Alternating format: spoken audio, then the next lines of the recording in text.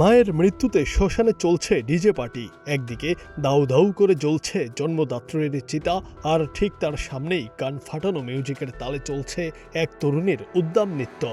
শোকের মুহূর্তে এমন শিউরে ওঠার মতো দৃশ্য হয়তো দুঃস্বপ্নেও কেউ ভাবেননি, কিন্তু বাস্তবে এমনই এক নজিরবিহীন কাণ্ড ঘটিয়েছেন খোদ মৃত নারীর সন্তান।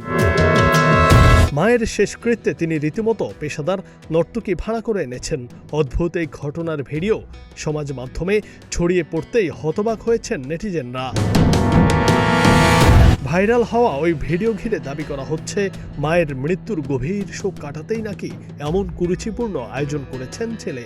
ভিডিওতে দেখা যায় জ্বলতে থাকা চিতার দিকে কারো কোনো ভ্রুক্ষেপ নেই, বরং উপস্থিত সবার মনোযোগ ডিজে গান বাজতে থাকা একটি পিকআপ ট্রাকের দিকে। ট্রাকের সামনে এক তরুণী উদ্দাম উল্লাসে নাচছেন, আর শেষকৃত্যে আসা মানুষেরা শোক ভুলে মন্ত্রমুগ্ধের মতো সেই দৃশ্য উপভোগ করছেন। মূল্যবোধের চরম অবক্ষয়ের এই ঘটনা ঘটেছে প্রতিবেশী দেশ ভারতে। ঠিক কবে বা কোন রাজ্যের শ্মশানে এমন ঘটনা ঘটেছে তা নিশ্চিত হওয়া না গেলেও দৃশ্যটি বিশ্ববাসীকে স্তব্ধ করে দিয়েছে। তথাকথিত শোক ভোলার অজুহাতে শেষ বিদায়ের পবিত্রতা নষ্ট করার এই কুৎসিত প্রচেষ্টা আমাদের সামাজিক অবক্ষয়ের এক ভয়ঙ্কর রূপ।